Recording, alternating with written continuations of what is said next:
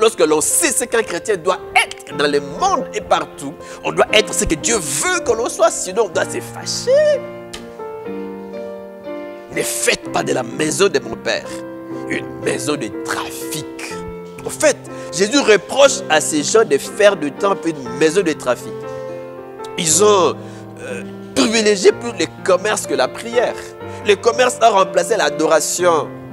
Ils ne se souciaient pas des dérangements, des bruits occasionnés par tous ces déplacements, par les différentes transactions. Non. Ils se soucient de leurs gains, ce qu'ils doivent gagner.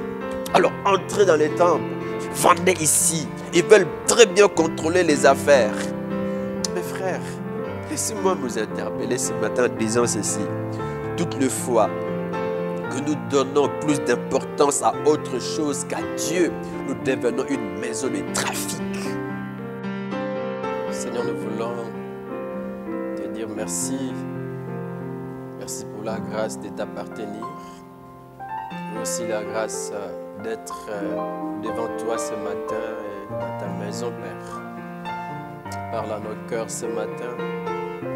Édifie-nous pour la seule gloire de ton nom. Au nom de Jésus. Amen. Jésus en colère. C'est le thème que je propose de partager avec nous ce matin. Et j'exploiterai donc les textes de Marc 11. Je lirai les 11e versets, puis je vais sauter pour lire du 15e au 17e. Ce que je ferai ce matin, c'est de situer ce texte par rapport à son contexte et de tirer quelques leçons pouvant nous aider dans notre marche chrétienne. Je lis ce texte, verset 11. Jésus entra à Jérusalem dans les temples. Quand il eut tout considéré, comme il était déjà tard, il s'en alla à Béthanie avec les 12. Verset 15, ils arrivèrent à Jérusalem et Jésus entra dans les temples. Il se mit à chasser ceux qui vendaient et qui achetaient dans les temples. Il renversa les tables des changeurs et les sièges des vendeurs des pigeons. Et il ne laissait personne transporter aucun objet à travers les temples. Et il enseignait et disait, n'est-il pas écrit, ma maison sera appelée une maison de prière pour toutes les nations, mais vous, vous en avez fait une caverne de voleurs. Jésus en colère. En tout cas, c'est une image de Jésus à laquelle nous ne sommes pas habitués. Généralement, lorsqu'on parle de Jésus, n'est-ce pas, on met plus l'accent sur ses grandes compassions, sa nature compatissante. Jésus qui fait du bien aux gens. On voit plus un Jésus qui est thaumaturge, qui est un faiseur de miracles, qui guérit, n'est-ce pas, qui délivre, des démoniaques qui sont délivrés, des lépreux qui sont guéris, qui sont purifiés. Nous voyons plus cette image-là, au point que même Pierre, lorsqu'il résume un peu l'activité miraculeuse de Jésus, soutient dans Actes 10, 38, il dit, vous savez comment Dieu a oint du Saint-Esprit Jésus de Nazareth, qui allait de lieu en lieu. Il allait de lieu en lieu. Il allait vers les gens pour leur parler de Jésus, pour les visiter, pour leur faire du bien, qui allait de lieu en lieu, faisant du bien. Faisant du bien. Un autre élément, guérissant tous ceux qui étaient sous l'empire du diable. Tous ceux qui étaient possédés par des démons. Tous ceux qui étaient retenus entre les griffes de Satan. Eh bien, Jésus les visitait, les guérissait, les délivrait. Les lépreux étaient purifiés, n'est-ce pas? Les boiteux pouvaient sauter et marcher librement parce que Jésus s'est manifesté aux hommes, ses grandes compassions s'est manifesté dans la vie des hommes. Tous ceux qui venaient à lui, n'est-ce pas, étaient guéris, touchés, recevaient ou bénéficiaient, n'est-ce pas, de sa compassion. Donc c'est vraiment c'est à cette image-là, n'est-ce pas, que nous sommes nous sommes habitués, mais ce qu'il faut retenir, c'est que Jésus en colère, dans ces textes, doit vraiment nous interpeller. Cette attitude, cette autre image de Jésus doit nous intéresser, nous interpeller, nous pousser à poser des questions sur la qualité de notre vie, même sur la qualité de notre amour pour lui. De notre amour pour lui. Mais avant d'aller plus loin, réfléchissons, revenons un peu dans ces textes. Qu'est-ce qui se passe dans ces textes? Marc 11. C'est vrai que d'autres évangélistes aussi parlent de ce qui se passe dans ces textes. En fait, nous sommes à l'approche de la fête juive et je l'ai dit souvent que cette fête, comme toutes les autres, n'est-ce pas, appelée à Jérusalem, autant des Juifs venant de tous les coins de la Palestine, même ceux de la diaspora venaient, n'est-ce pas, à Jérusalem. Et à cet effet, comme vous le savez, les pèlerins affluaient à Jérusalem. Ils arrivaient un peu plus d'une semaine avant la Pâque pour plusieurs raisons. La première, peut-être, c'est trouver un logement qui devenait difficile à cause de l'affluence des gens. Une autre raison, payer les taxes du temple. Ces taxes, il faut les noter, étaient payées non pas en monnaie étrangère, parce qu'il y a des gens qui venaient de l'Égypte. On ne payait pas avec la monnaie de l'Égypte, non. On ne payait pas avec la monnaie romaine, non. Avec l'effigie de César, non. Vous voyez, donc non pas avec, non pas en monnaie étrangère, mais en devise juive disponible sur place à Jérusalem. À Jérusalem.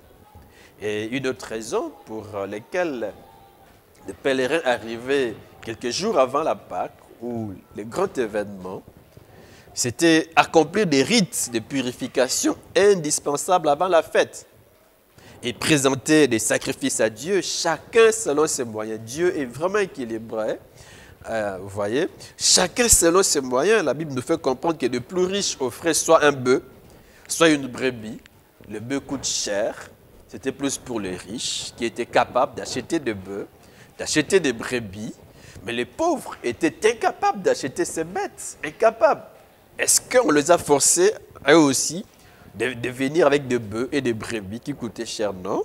Les pauvres ne venaient qu'avec une colombe. Une colombe. Donc les pèlerins pouvaient se les acheter sur place. Brebis, bœufs, colombes, etc. Et Jésus aussi, comme un bon juif, vient quelques jours avant. Et ici, c'est même 5 jours avant cette fête. Jésus est là à Jérusalem. Il est accompagné de ses disciples. Lorsqu'il entre à Jérusalem, la première des choses qu'il fait, c'est de se rendre au temple. Ça, j'aime. Il ne va ni à gauche ni à droite. Directement, il se rend au temple. Et lorsqu'il arrive au temple, il observe attentivement ce qui s'y passe. Il observe. Il marche. Il voit les gens venir. Mais généralement, en fait, mais de manière générale, qu'est-ce qu'il a vu lorsqu'il entre dans les temples, lorsqu'il inspecte les temples? Qu'est-ce qu'il voit? Que voit-il, mes frères? Il voit que dans la cour des gentils, c'est-à-dire des non-juifs, qu'on a installé un marché d'animaux destinés aux sacrifices. Il y a un marché.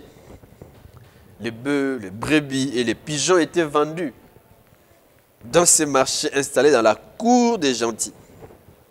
Et à côté de ces marchés, cette cour abritait aussi une maison d'échange.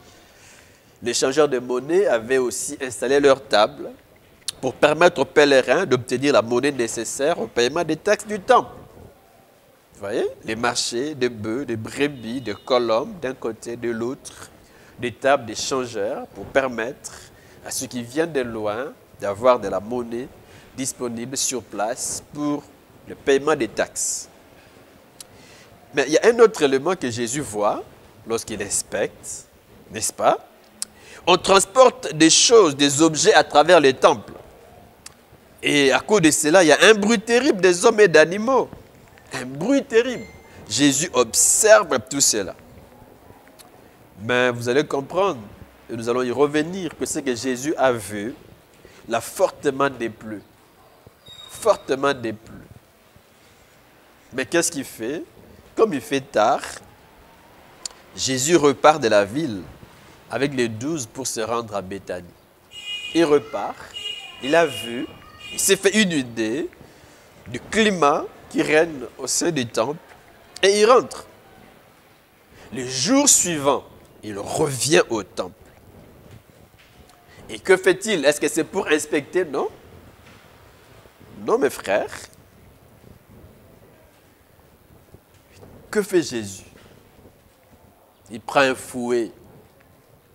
En fait, Marc ne parle pas de fouet, mais l'on peut penser à cause de la première purification, lors de la première, dans Jean 2, il avait fait un fouet. On pense aussi qu'il a encore fait un fouet, qu'il a pris un fouet avec des cordes et qu'il s'est mis à chasser ceux qui vendent.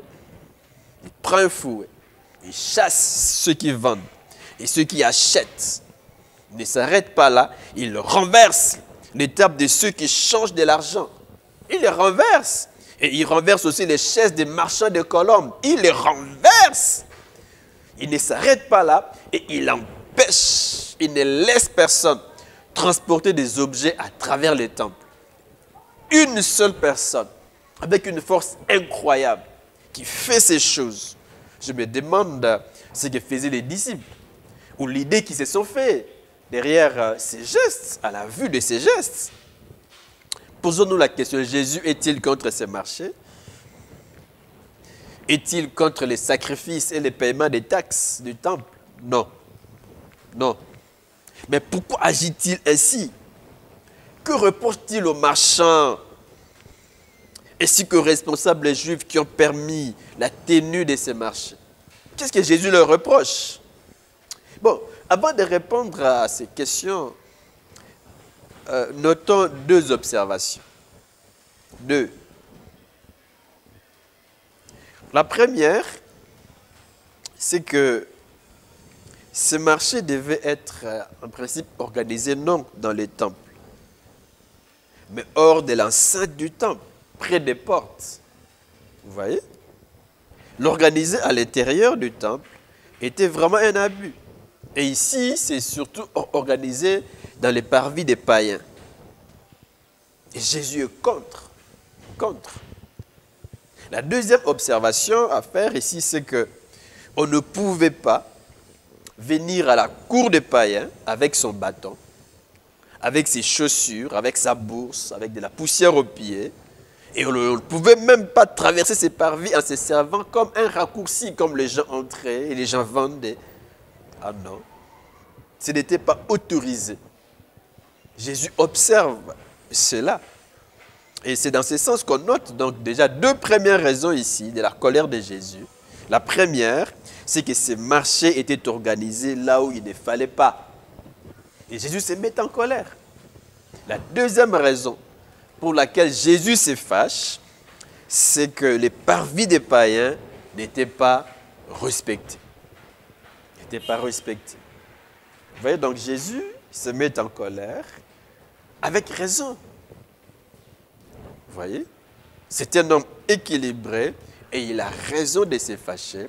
Et c'est intéressant que nous puissions noter, en tout cas mes frères, ou intérioriser cette autre image de Jésus, Jésus qui n'est pas d'accord, Jésus qui se met en colère et qui, entre guillemets, use des violences contre ce qui se passe dans les temples. Il chasse les vendeurs du temple. Il renverse les tables de ceux qui vendent et ceux qui changent de l'argent. Vous voyez? Parce qu'il faut noter que les choses sont organisées dans les temples selon les hommes, pas selon Dieu.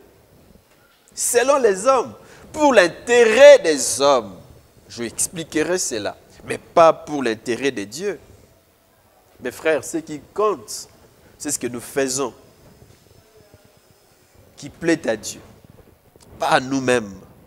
Ce que nous faisons selon Dieu, pas selon nous-mêmes.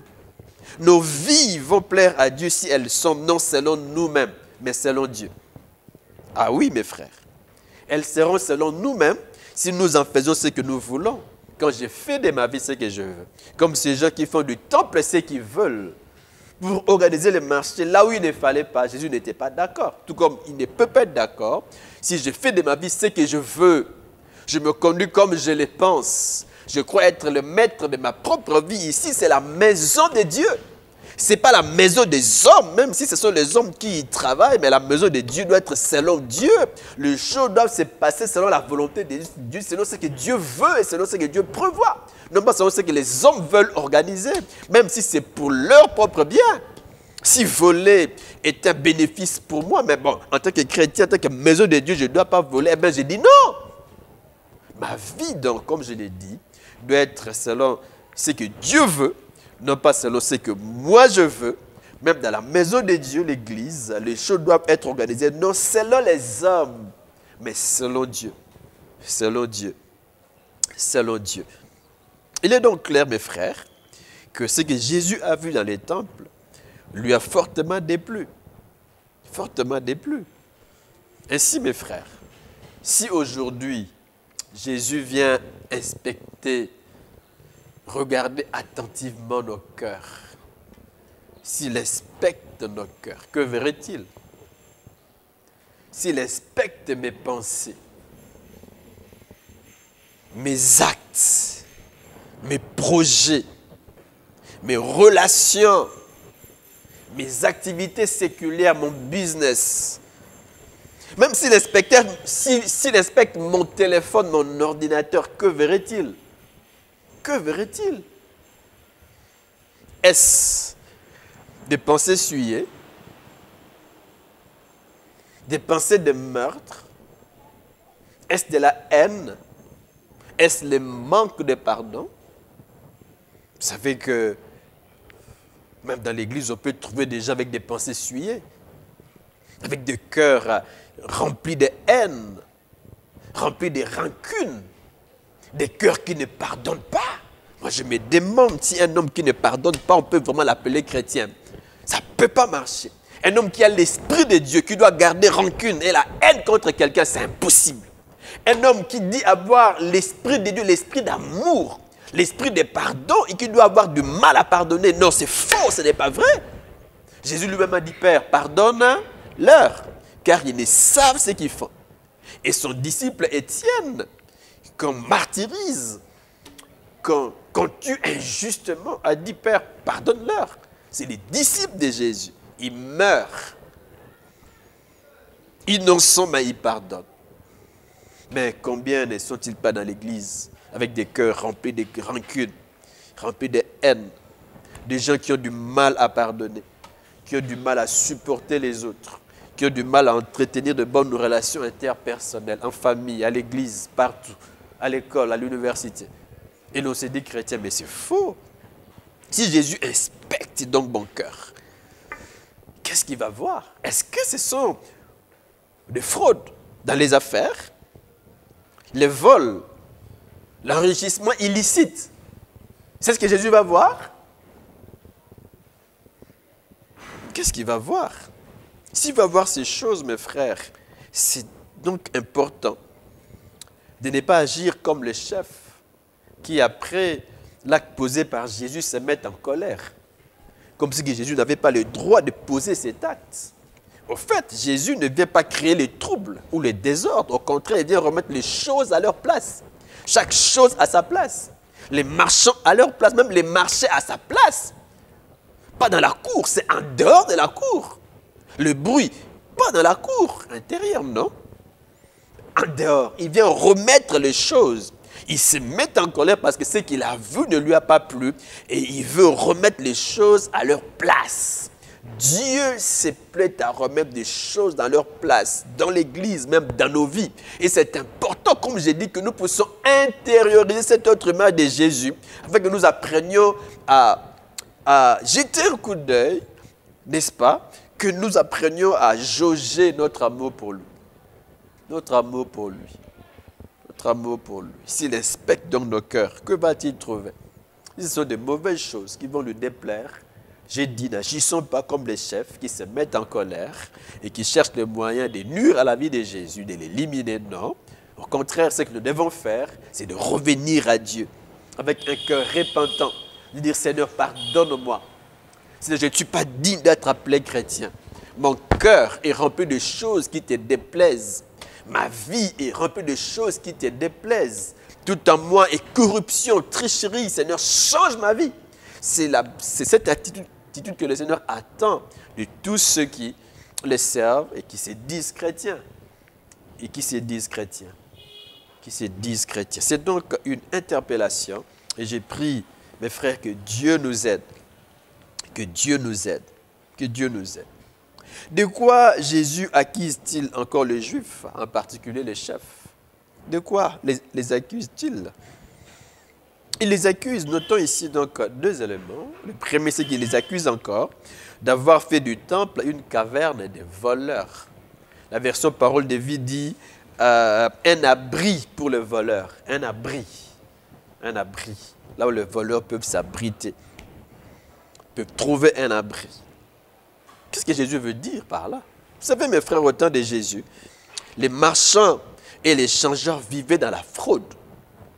Ils sont dans les temples pour faciliter les marchés, les transactions, les sacrifices, en fait, pour faciliter le déroulement du culte au sein du temple. Mais ils vivent dans la fraude. On assiste à une hausse artificielle dans les prix des marchandises et dans l'échange. Une hausse artificielle. Mais tout cela au profit de qui? Des prêtres. Les marchands ont été installés par les chefs, par les prêtres. Et c'est pour leur intérêt. C'est pour leur intérêt, pas pour l'intérêt de Dieu. Ils sont dans les temples, en train de rendre service. Au même moment, ils volent. Et c'est ce que Jésus condamne. Il dit, vous faites de la maison de mon Père une caverne de voleurs. Et Jean parle d'une maison de trafic dans Jean 2,16 lors de la première purification. Jean dit ceci, il dit aux vendeurs de pigeons, ôtez cela d'ici. Ôtez-les. Ôtez ces choses. Ôtez cela d'ici. Ne faites pas. Vous voyez la raison pour laquelle il se fâche. La raison pour laquelle il renverse toutes ces tables et toutes ces chaises. Il dit, ne faites pas de la maison de mon Père. Maison de mon Père. Un amour vrai pour son Père l'anime. Un amour vrai pour la maison de son Père l'anime. Il aime Dieu. Il aime la maison de son Père. Il sait ce que doit être la maison de son Père et il agit. Il dit, ne faites pas de la maison de mon Père une maison de trafic. Une maison de trafic. Lorsque l'on sait ce que l'Église doit être, on doit la diriger et vivre au sein de l'Église comme Dieu le veut. Lorsque l'on sait ce qu'un chrétien doit être dans le monde et partout, on doit être ce que Dieu veut que l'on soit, sinon on doit se fâcher. Ne faites pas de la maison de mon Père une maison de trafic.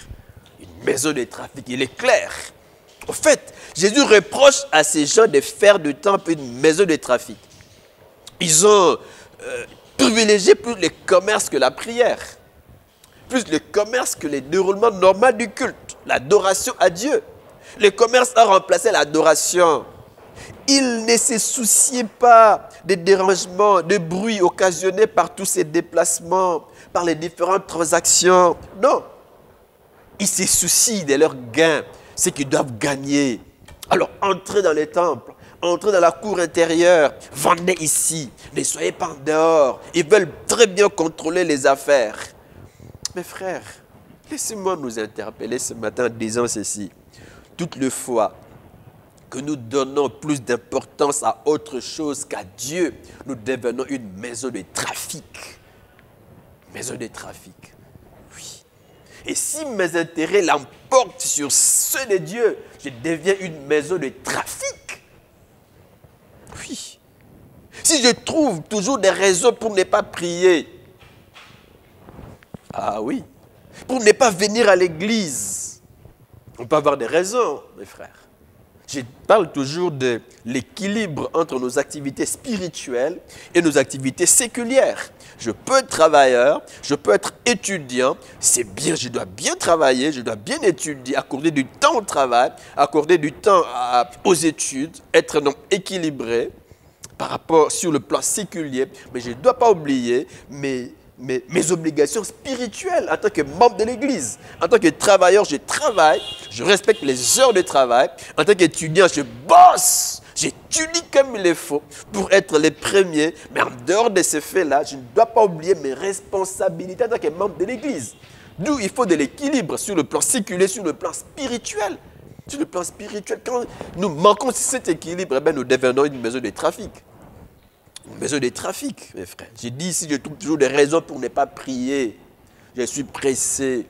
Mais pourquoi ne pas se réveiller un peu tôt pour avoir du temps de prier? Je n'ai pas le temps de prier. Si on n'a plus le temps pour venir à l'église, je deviens une maison de trafic. Moi, ça m'étonne. Vous savez, pour aller au travail, souvent, nous nous réveillons très tôt matin. Nous voulons être les premiers à arriver sur les lieux, afin que lorsqu'on va faire le contrôle, qu'on ne me trouve pas en faute. Mais souvent, nous avons du mal à venir à l'heure à l'église. Il y a des gens qui n'ont plus le temps pour leur dévotion personnelle. Non. Non, malheureusement. Dès qu'ils se réveillent, la première chose à laquelle ils pensent, ce sont les études. Je ne suis pas contre les études, mes frères. Ce sont le travail. La première chose à laquelle ils pensent, c'est les petits déjeuners. Mais ils ne pensent pas à la dévotion. Ils sont préoccupés par autre chose que par leur dévotion. Si c'est votre cas, vous êtes une maison de trafic. Vous accordez plus du temps, plus de valeur à vous-même, à ce qui vous fait du bien, à vos propres intérêts, pas à ceux de Dieu. Vous méprisez votre vie d'intimité avec Dieu, vos moments de dévotion personnelle. Alors vous êtes une maison de trafic. Une maison de trafic. Une maison de trafic. Retenons donc que ce marché était une façon pour les prêtres de s'enrichir avec des taux mensongers. Des taux mensongers. Raison pour eux de s'enrichir. L'important pour eux n'était plus la prière, ou la place que devait occuper la rencontre avec Dieu dans les temples, la place que devait occuper la prière, non, ou la sanctification du lieu du culte, non, mais des bénéfices à réaliser. La richesse même à accumuler, c'est ce qui importait pour les chefs.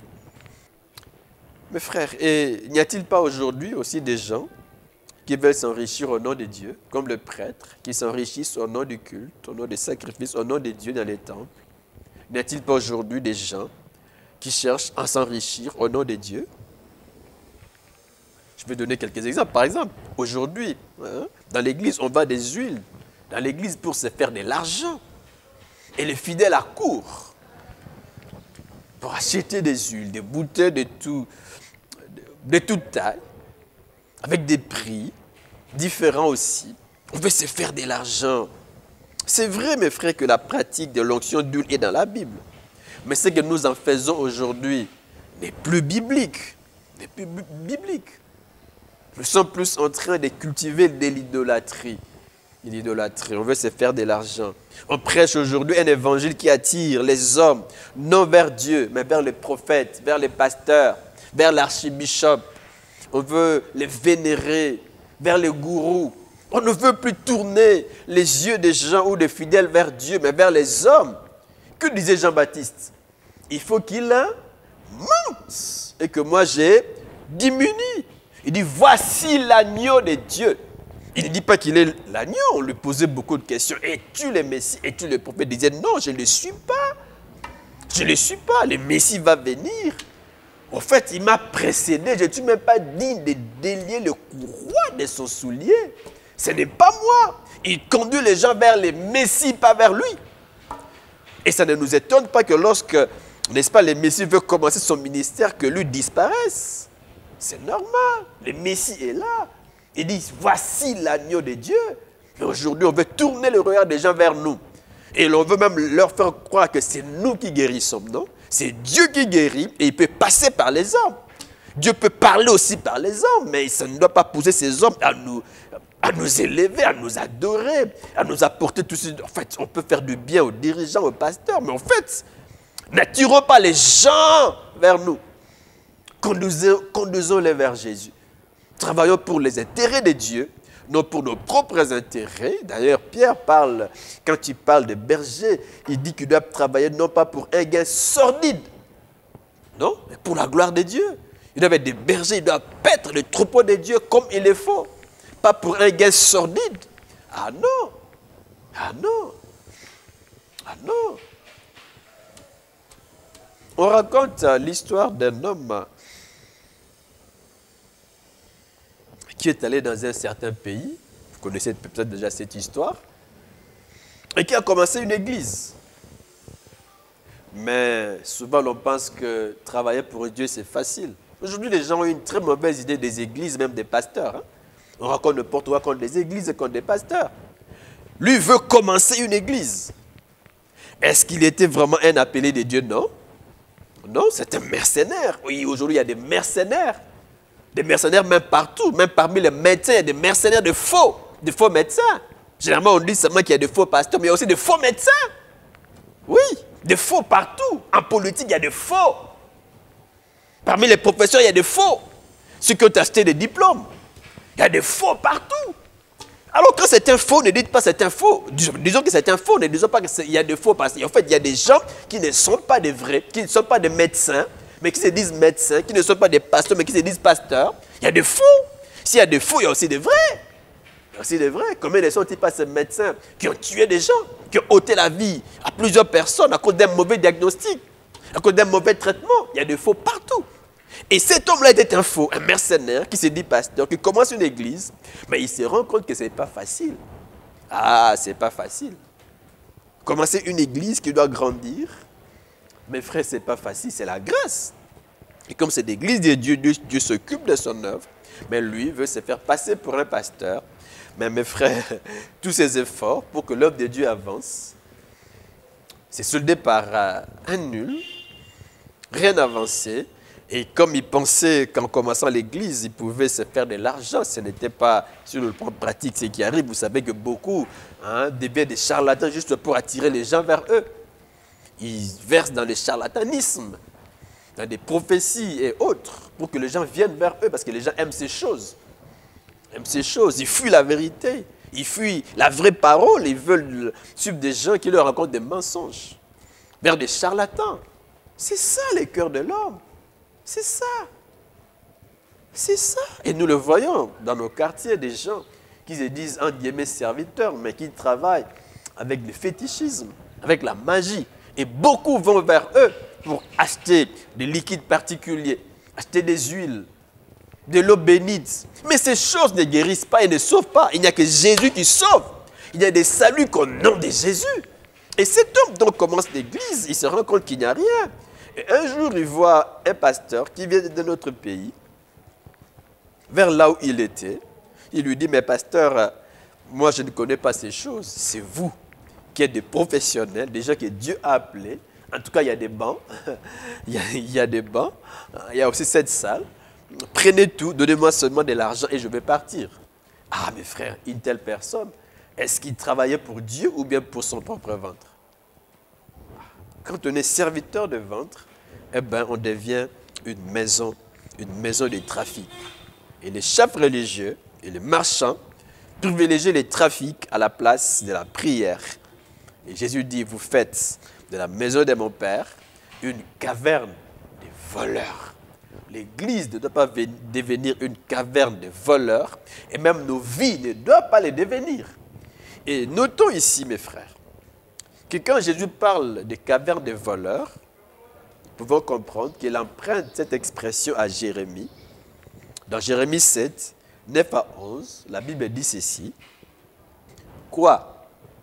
Vous commettez des vols, des meurtres, des adultères, vous faites de faux serments, vous offrez des sacrifices à Baal, vous vous attachez à des dieux étrangers avec lesquels vous n'avez rien de commun. Puis vous venez vous présenter devant moi, ici c'est Dieu qui parle, dans ce temple qui m'est consacré, et vous déclarez, nous voilà sauvés. Et c'est là pour continuer à commettre ces horreurs. Ces temples qui m'est consacré, les prenez-vous pour une caverne de voleurs? C'est pourtant bien ce que je vois, dit le Seigneur. Le Seigneur inspecte les temples. Il inspecte la vie de son peuple. Et qu'est-ce qu'il voit? Il dit, c'est ce que je vois. Vous commettez toutes sortes de mal, toutes sortes d'impuretés. Vous offrez de l'encens à Baal, vous êtes idolâtres. Puis vous venez prier ici. Vous vivez dans le vol, le meurtre, les adultères. Vous faites de faux serments. J'ai dit, vous offrez des sacrifices à Baal. Puis vous venez vous présenter dans la maison de Dieu pour chercher sa faveur. Quelle contradiction. Dieu dit, c'est ce que je vois. Vous voyez? Dieu inspecte et Dieu voit. Dieu voit. Nous pouvons nous cacher devant les hommes. Devant les hommes, mais Dieu voit. On ne peut pas se cacher devant Dieu. Lui qui a créé l'œil, il sait voir. Ce peuple avait une piété extérieure, mais qui n'avait rien, il n'avait rien de la crainte de Dieu. Et Jérémie leur dit, ce temple est consacré à Dieu, vous le prenez pour une caverne de voleurs. Voleurs. Voilà pourquoi, mes frères, Jésus se met en colère. Parce que je l'ai dit, que la maison de Dieu ne doit pas être une caverne de voleurs, une repère de voleurs. On vient à l'église, au lieu de changer, on reste des voleurs. On vient à l'église, au lieu de changer, on continue à mentir. On vient à l'église, mais on a une double vie. Une double vie. On est à l'église célibataire, mais l'on vit comme un marié. Beaucoup de gens vivent comme cela. Il n'est pas permis à un homme qui n'est pas encore marié de vivre comme un marié, de consommer les mariages avant les mariages. C'est interdit. Mais mes frères, même quand nous crions, ne trouvons-nous pas, même dans l'église, des gens qui vivent comme cela? Ceux qui se disent chrétiens, mais qui ont une double vie. Des voleurs, des menteurs, des sorciers, des occultistes, mais qui se cachent dans l'église. Je suis chrétien, mais au fond, il ne l'est pas. Il ne l'est pas. Un occultiste. C'est intéressant même dans l'église de venir. On peut venir avec toutes ces choses. On peut venir sale sur le plan spirituel. Mais on doit sortir de l'église lavé. Puisque le sang de Jésus lave. C'est question que l'on puisse s'ouvrir à Dieu. Que l'on puisse accepter en disant, Seigneur, tu as inspecté ma vie. Tu as trouvé que j'étais loin de toi. Tu t'es mis en colère. Mais je viens, Seigneur, pardonne-moi. Change ma vie. Change mon cœur. Lave-moi.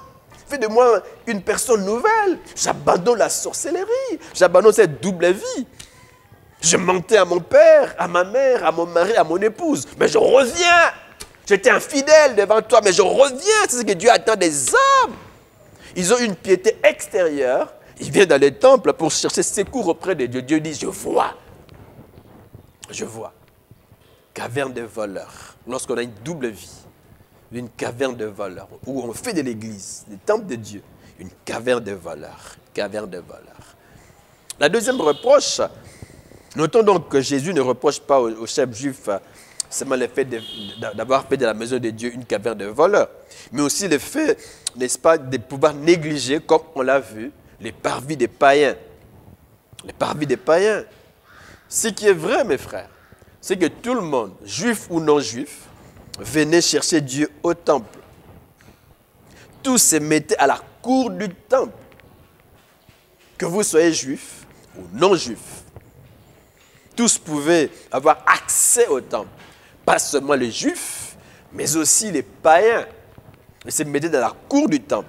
La différence entre les juifs et les non-juifs, n'est-ce pas, c'est trouvé dans le sens où il y avait une barrière qui séparait les deux cours, cours des païens et cours des juifs. Une barrière. Tout gentil, tout juif qui allait au-delà de cette barrière était puni de mort. Donc, les païens ne pouvaient pas passer dans la cour des juifs. Impossible. Mais eux, les païens étaient autorisés à prier Dieu dans le temple en étant dans leur cour. Dans leur cour. Mais au temps de Jésus, on comprend que les juifs, c'est considéré comme les seuls peuples de Dieu. Il n'y a que eux qui sont peuple de Dieu. Et qu'est-ce qu'ils font? Ils organisent des marchés dans la cour des gentils. Comme ils n'ont pas besoin d'eux. Ils méprisaient, n'est-ce pas, les païens, alors que Dieu aimait les païens. De tout temps, Dieu portait à son cœur, n'est-ce pas, où disons, Dieu avait un fardeau pour les païens et pour leur salut. Et les païens avaient de tout temps de la place dans la maison de Dieu. Lisons un peu dans 2 Chroniques 6, 32. lors de la dédicace du temple, ce que Salomon dit à Dieu lorsqu'il prie, lorsqu'il dédicace le temple à Dieu, il ouvre une fenêtre en parlant des païens. Quand je dis païens, c'est-à-dire qu'il s'agit des non-juifs. Que dit Salomon? Il dit ceci. Quand l'étranger qui n'est pas de ton peuple d'Israël viendra d'un pays lointain, à cause de ton grand nom, il ne vient pas à cause des hommes, il vient à cause du nom de Dieu, à cause du grand nom de Dieu, il vient chercher les dieux d'Israël. Vous voyez qu'il y avait des païens qui laissaient leurs idoles pour les dieux d'Israël parce qu'ils reconnaissaient qu'il n'y avait des dieux que lui seul. Et Salomon prie en disant, lorsque ces gens vont venir, quand il viendra prier dans cette maison, verset 33, exauce-les des cieux, du lieu de ta demeure, et accorde à cet étranger tout ce qu'il te demandera, afin que tout le peuple de la terre connaisse ton nom, pour te craindre. Tout le peuple, pas seulement les Juifs. Voyez mes frères, ça j'aime le dire, que Dieu n'est pas seulement les dieux des Juifs, mais aussi des dieux des non-Juifs. Nous devons intérioriser cela. Pour te craindre, comme ton peuple d'Israël. Vous voyez, c'est Salomon qui prie, qui reconnaît que même dans la maison de Dieu, il y a de la place pour des non-juifs, pour des païens. Et lorsque Jésus parle de la maison de prière pour tout le peuple, il ne dit pas pour les juifs. Il me dit c'est pour tout le peuple. Vous n'avez pas le droit d'installer votre marché dans la cour des gentils. Non! Même les gentils, même ces lieux-là, même si vous l'appelez cour des gentils, est aussi sainte que votre cour des juifs. Les païens ont aussi de la place. Tous ces gens que vous rejetez, vous le rejetez, mais Dieu les aime. Vous voyez mes frères? Souvent nous rejetons ceux qui ne sont pas comme nous, ceux qui ne sont pas de la même tribu que nous. Et nous qui sommes devenus chrétiens, nous pensons que les païens n'ont pas de la place, n'ont pas de la valeur devant Dieu. Ils ont de la valeur. C'est à nous d'aller vers eux, de leur parler de Jésus, de les gagner à l'église. Il y a de la place pour tout le monde. Quel que soit son niveau, disons, sa vie sociale, quelle que soit, n'est-ce pas, sa race, sa tribu. Il y a de la place pour tout le monde dans les cœurs de Dieu, il y a de la place pour tout le monde dans la maison de Dieu. Aimons tout le monde sans discrimination et sortons de l'église pour chercher ceux qui ne connaissent pas encore Dieu. Jésus est contre les Juifs. J'ai dit qu'il emprunte, avant, il a emprunté ses paroles dans la prophétie de Jérémie. Mais ici, lorsqu'il parle de la maison de Dieu, maison de prière pour tout le peuple, il emprunte ses paroles dans la prophétie d'Ésaïe, Ésaïe 56, 6 à 7. Il y a de la place pour tout le monde. Mais retenons que Dieu, c'est le Dieu de tout le peuple. C'est donc faux lorsqu'on nous dit que Dieu n'est que le Dieu des Juifs, que Jésus n'est que le sauveur des Juifs. Non, mais déjà ici, Dieu faisait voir depuis l'Ancien Testament que le salut de Dieu sera d'abord pour les Juifs, mais après pour tout le peuple, pour tous les païens, pour tous les non-Juifs. Dieu sauve. Dans les plans du salut de Dieu, Dieu avait déjà prévu de sauver et les Juifs et les non-Juifs. On l'a dit ici. S'il a choisi les Juifs, c'est dans sa pédagogie. Il voulait, n'est-ce pas, faire des Juifs un instrument de salut pour tout le peuple. Et la preuve ici, vous voyez dans la prière, n'est-ce pas, de Salomon, il y a de la place pour les païens. Vous voyez dans les temples, il y avait les parvis des païens. Et lorsque Jésus meurt, n'est-ce pas, il fait de nous, juifs et non-juifs, un seul peuple. Nous en parlerons lorsque nous viendrons dans le Nouveau Testament pour parler du plan du salut de Dieu. Que Dieu, par la mort de Jésus, nous a unis, juifs et non-juifs. Juifs et non-juifs. Jésus est en colère. En colère parce que l'on pratique ici ce que moi j'appelle une religion particulariste. C'est notre Dieu, pas leur Dieu. Ce n'est pas le Dieu de tous.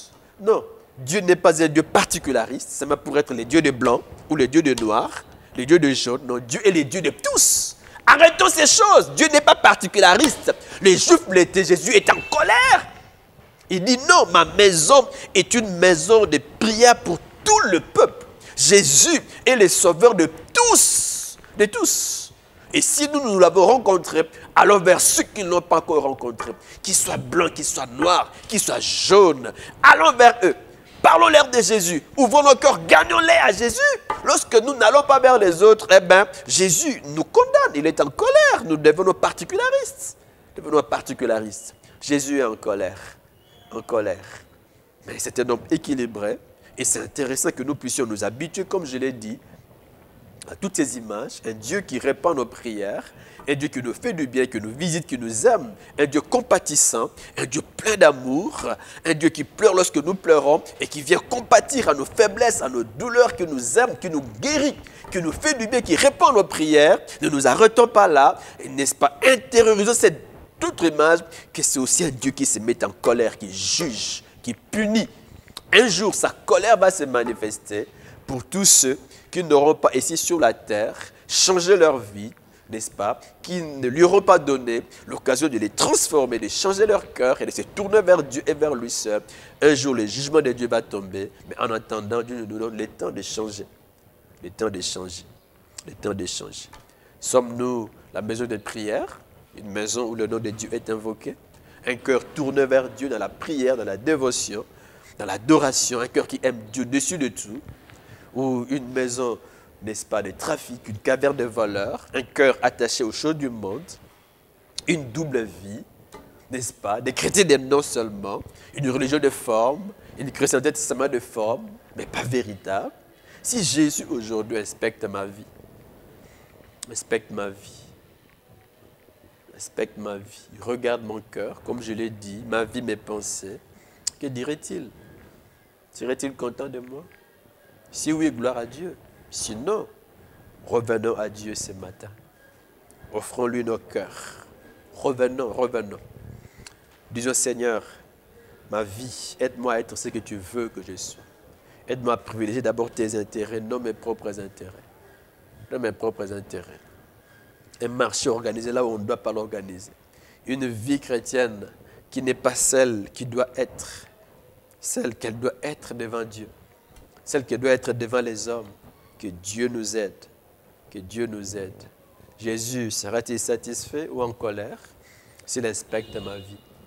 Que Dieu nous bénisse et que Dieu nous aide à donner pleine satisfaction au cœur de Dieu. Et bon dimanche à tous. Merci.